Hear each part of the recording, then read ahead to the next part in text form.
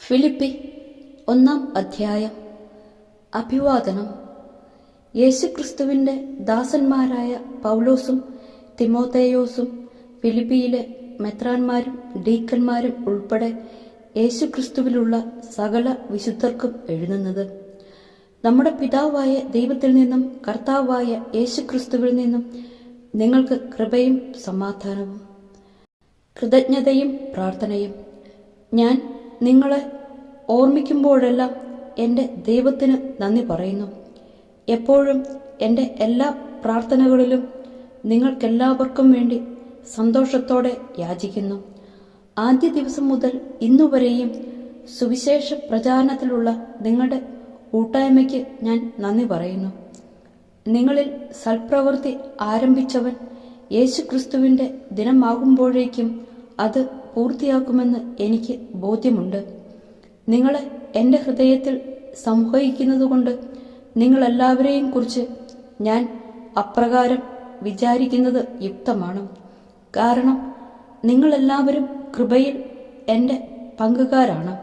അതുപോലെ തന്നെ എൻ്റെ ബന്ധനത്തിലും സുവിശേഷ സംരക്ഷണത്തിലും സ്ഥിരീകരണത്തിലും യേശുക്രിസ്തുവിൻ്റെ വാത്സല്യത്തോടെ നിങ്ങളെല്ലാവരെയും കാണാൻ ഞാൻ എത്രമാത്രം ആഗ്രഹിക്കുന്നുവെന്നതിന് ദൈവം തന്നെ സാക്ഷി.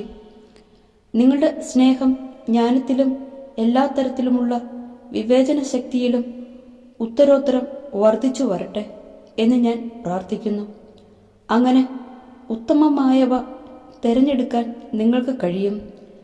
ദൈവത്തിൻ്റെ മഹത്വത്തിനും സ്തുതിക്കും വേണ്ടി യേശുക്രിസ്തുവിലൂടെ ലഭിക്കുന്ന നീതിയുടെ ഫലങ്ങൾ കൊണ്ട് നിങ്ങൾ ക്രിസ്തുവിൻ്റെ ദിനത്തിലേക്ക് നിഷ്കളങ്കരും നിർദ്ദേശരുമായി ഭവിക്കട്ടെ. എനിക്ക് ജീവിതം ക്രിസ്തു.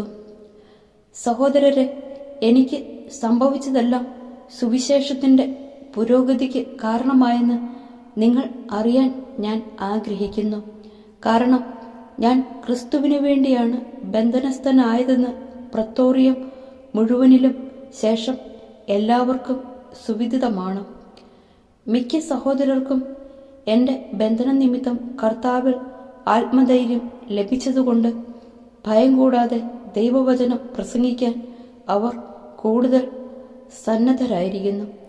ചിലർ അസൂയയും മാത്സര്യവും നിമിത്തം ക്രിസ്തുവിനെ പ്രസംഗിക്കുന്നു. മറ്റു ചിലർ സന്മനസ്സോടെ തന്നെ പ്രസംഗിക്കുന്നു. ഇവർ സ്നേഹത്തിൻ്റെ പേരിലാണ് അങ്ങനെ ചെയ്യുന്നത്. കാരണം സുവിശേഷത്തിൻ്റെ സംരക്ഷണത്തിന് ഞാൻ നിയുക്തനാണെന്ന് അവർക്കറിയാം. ആദ്യത്തെ കൂട്ടർ കക്ഷിമാത്സര്യം മൂലം എൻ്റെ ബന്ധനത്തിൽ എനിക്ക് ദുഃഖം വർദ്ധിപ്പിക്കാമെന്ന് വിചാരിച്ചുകൊണ്ട് ആത്മാർത്ഥത കൂടാതെ ക്രിസ്തുവിനെ പ്രസംഗിക്കുന്നു. എന്നാൽ എന്ത്? ആത്മാർത്ഥതയോടെയാണെങ്കിലും കാപട്യത്തോടെയാണെങ്കിലും എല്ലാവിധത്തിലും ക്രിസ്തുവാണല്ലോ പ്രസംഗിക്കപ്പെടുന്നത്. ഇതിൽ ഞാൻ സന്തോഷിക്കുന്നു, ഇനി സന്തോഷിക്കുകയും ചെയ്യും. നിങ്ങളുടെ പ്രാർത്ഥനയാലും യേശുക്രിസ്തുവിൻ്റെ ആത്മാവിൻ്റെ ദാനത്താലും ഇത് എനിക്ക് മോചനത്തിനായി പരിണമിക്കുമെന്ന് ഞാൻ അറിയുന്നു. ആകയാൽ എനിക്ക് ഒന്നിലും ലജ്ജിക്കേണ്ടി വരികയില്ലെന്നും മറിച്ച് പൂർണ്ണധൈര്യം എപ്പോഴും എന്ന പോലെ ഇപ്പോഴും ക്രിസ്തു എൻ്റെ ശരീരത്തിൽ ജീവിതം വഴിയോ മരണം വഴിയോ മഹത്വപ്പെടണമെന്നും എനിക്ക് തീവ്രമായ ആഗ്രഹവും പ്രതീക്ഷയുമുണ്ട്. എനിക്ക് ജീവിതം ക്രിസ്തുവും മരണം നേട്ടവുമാണ്. ശാരീരികമായി ഇനിയും ഞാൻ ജീവിക്കുകയാണെങ്കിൽ ഫലപ്രദമായി ജോലി ചെയ്യാൻ സാധിക്കും. എങ്കിലും ഏതാണ് തിരഞ്ഞെടുക്കേണ്ടതെന്ന് എനിക്ക് അറിഞ്ഞുകൂടാ. ഇവ രണ്ടിനുമിടയിൽ ഞാൻ ഞെരുങ്ങുന്നു. എങ്കിലും എൻ്റെ ആഗ്രഹം മരിച്ച് ക്രിസ്തുവിനോടുകൂടെ ആയിരിക്കാനാണ്. കാരണം അതാണ് കൂടുതൽ ശ്രേഷ്ഠം. പക്ഷേ ഞാൻ ശരീരത്തിൽ തുടരുക നിങ്ങളെ സംബന്ധിച്ചിടത്തോളം കൂടുതൽ ആവശ്യമാണ്.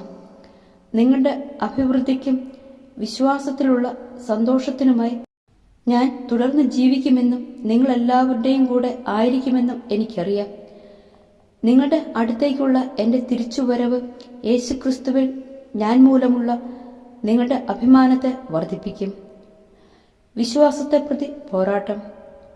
ഞാൻ നിങ്ങളെ വന്ന് കണ്ടാലും നിങ്ങളിൽ നിന്ന് ദൂരസ്ഥനായിരുന്നാലും നിങ്ങൾ ഒരേ ആത്മാവോടും ഒരേ മനസ്സോടും കൂടെ ഉറച്ചു നിന്ന് സുവിശേഷത്തിലുള്ള വിശ്വാസത്തിനു വേണ്ടി പോരാടുന്നുവെന്ന് നിങ്ങളെക്കുറിച്ച് കേൾക്കുവാൻ തക്കവിധം ക്രിസ്തുവിൻ്റെ സുവിശേഷത്തിന് യോഗ്യമായ രീതിയിൽ നിങ്ങൾ ജീവിക്കണമെന്ന് മാത്രം.